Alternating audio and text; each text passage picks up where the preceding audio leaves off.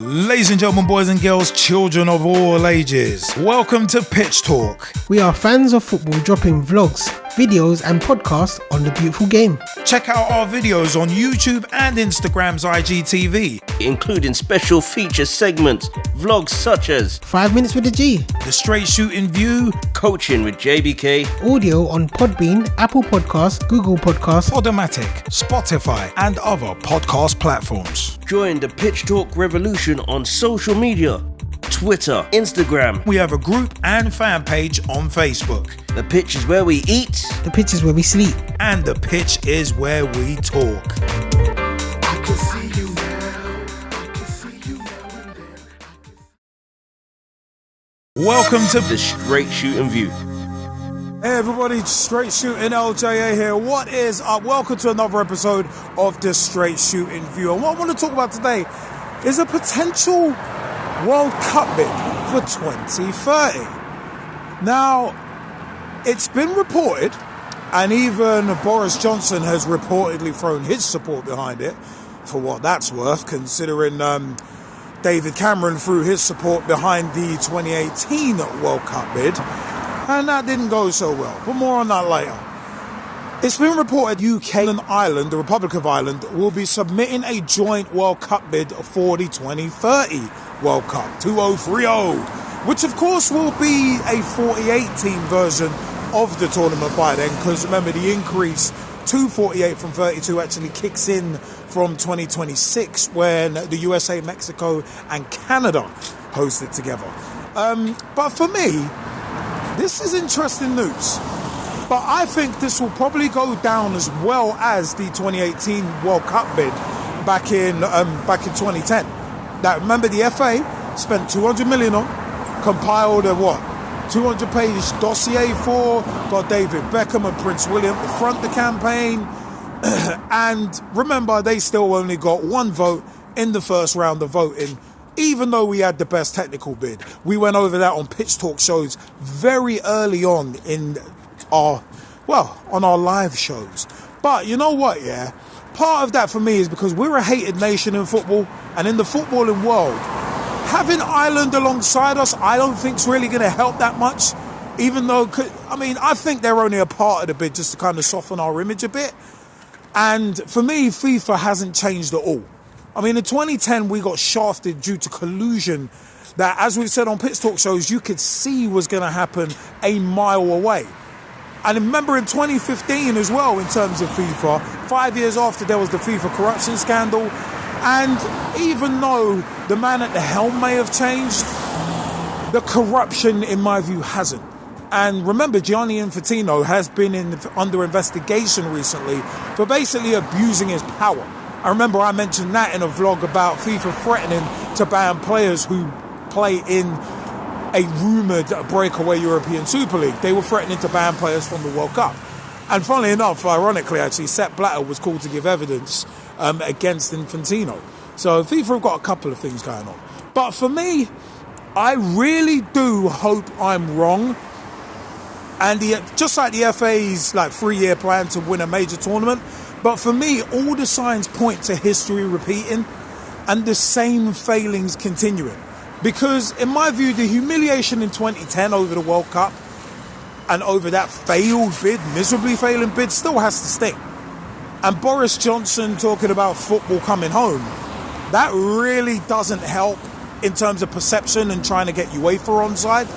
But there have also been mentions of also a joint South American effort from Uruguay, Argentina, Paraguay and Chile. And remember, 2030 is going to be the centenary year of the first ever World Cup in Uruguay.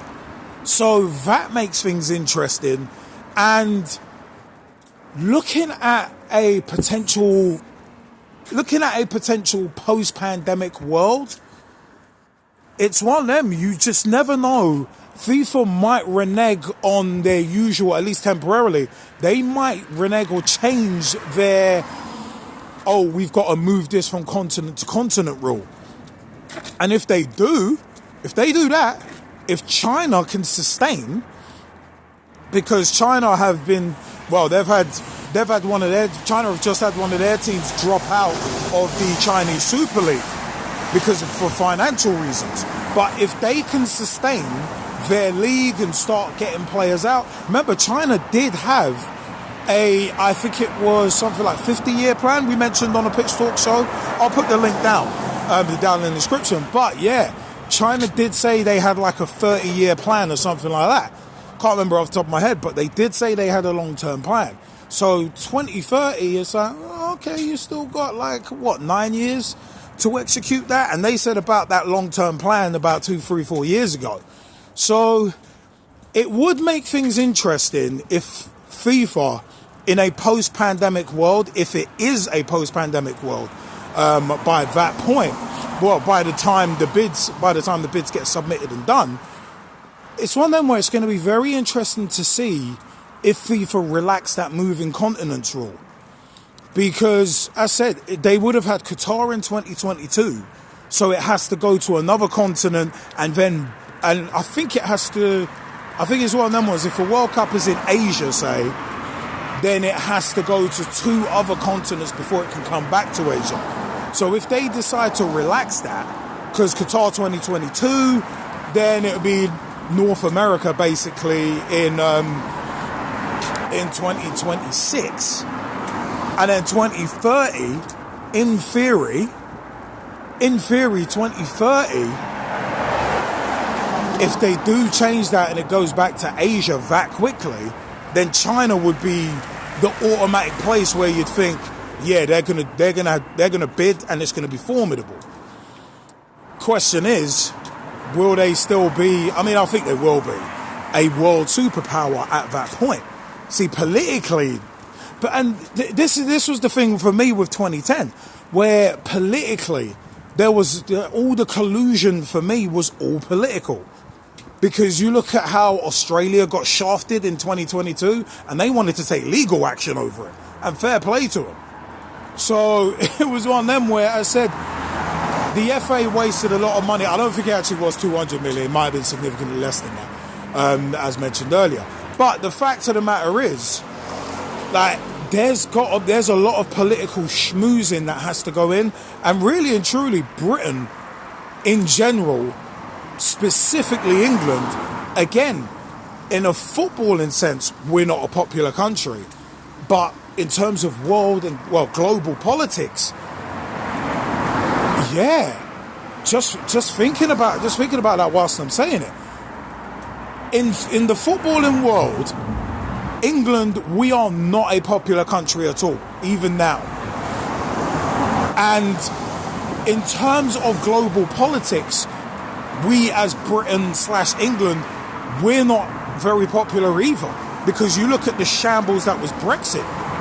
So it's so ironic that we would have to get UEFA, obviously the governing body for European football, we'd have to get UEFA behind any bid that we would submit, whether with Ireland or not.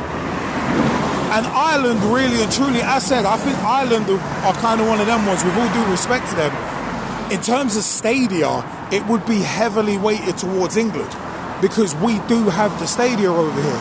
You've got Old Trafford, Villa Park, the Emirates, the Etihad, you've got Anfield, you've got so many other stadiums that could be used in this country for a World Cup.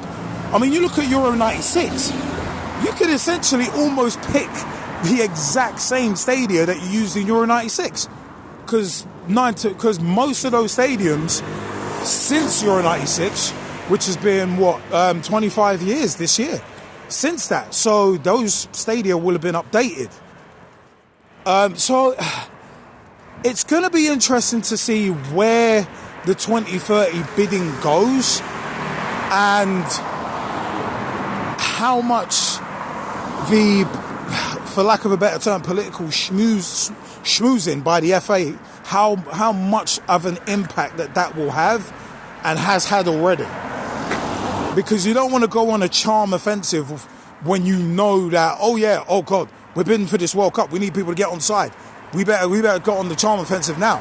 It's like, no, I think the FA have already been doing that. So, but for me as well, I think it's one of them ones where, I said it just becomes very, very interesting to see how all of this is going to shake down. And I said, who else is going to bid? Because I said a South American bid would be, it'd be almost impossible to refuse it. I said because of the thing with it being the centenary. With it being the centenary of the first World Cup in Uruguay, it's one of them where it's like that could be too much to resist because of just because of the marquee value. In terms of Boris Johnson, that idiot, and that's for another vlog, my views on him in detail. But in terms of the marquee sentimental value of football coming home, no. For the World Cup, I don't think it's smart to play that angle for us. Because again, it makes it looks arrogant as per usual, and the perception of English football is arrogance on a general basis to the rest of the world. So football's coming home may not be the way to go slogan-wise, but also as well, in terms of the World Cup coming home, well, naturally that would be Uruguay. Because I said that's where the inaugural World Cup was. So this is going to be a very interesting little ride to see what happens in the lead up to the bidding for 2030. And I, for one, I would love to see a World Cup here in England, but I don't hold much hope that it's going to happen. And remember, after the 2018 World Cup, I think we got the Champions League final in like back-to-back years at Wembley. So it's one of them where it's like UEFA knew, I think at that point, that, yeah, we've been shafted, and they tried to placate. They tried to placate us. So it's a case of those wounds still have to be fresh, in my view. Because with this post-pandemic world, I think even in like towards 2030, everybody's still going to be trying to get their economies together. Because the last year, with this COVID pandemic, a lot of countries have been put back potentially decades, financially, economically, socially even as well. So it's going to be very interesting to see, I said, if FIFA relaxed that rule about moving it around the continents. But also it's going to be very interesting to see how the world is in 2030. How much power are China going to wield? How much power are China going to wield in the next couple of years? Forget in 9-10 years in the future, how much are they going to have 2 years time? So it's going to be very interesting. But you know what? I cannot wait. I want to know your views though. Down there? Down where? Down there. Comment section. That's my bicycle helmet. I'm going to get on my bike and ride off into the sunset. No, not sunset, it's darkness. But I'm going to go ride off into the darkness. But it's one of them ones. I am Straight Shootin LJA. Remember, facebook.com/pitch talk. Become a fan, become a friend, become a member of the group. Join the footballing revolution we're working so hard to create. At Pitch Talk on Twitter. Tweet with us, follow us, see what we're up to. And at Pitch Talk on Instagram as well. Follow us for previews to our vlogs, images and other videos as well there. youtube.com/Pitch Talk is where we put the full versions of our vlogs. Previews on Insta, full versions on youtube.com/Pitch Talk. Vlogs such as Straight Shootin View, which is what you're watching right now, 5 Minutes with the G, Coaching with JBK, and numerous special feature segments and much more. Much more as well. Keep an eye out. Also, we do put up audio versions of our vlogs and special feature segments as well on Podomatic, Apple Podcasts, Spotify, Google Podcasts. We're on Player FM as well. Grab that RSS feed, like, rate, subscribe. Hey, thumbs up, thumbs down, whatever it is, man. Leave a comment, let us know what you think as well. I said, comment section is below. I'd love to know your views. The 2030 World Cup. Will a UK and Ireland bid be successful, or is it a pointless endeavour considering what happened back in 2010 with the 2018 bid? Is Boris Johnson's support worth having? Is Boris Johnson's support worth having? Or does it do more harm than good, considering he's talking about football coming home? One of them was, man. It's going to be very interesting. But I have been Straight Shootin LJA, and until next time, I will see you later. Join the Pitch Talk revolution on social media, dropping vlogs, videos, and podcasts on the beautiful game.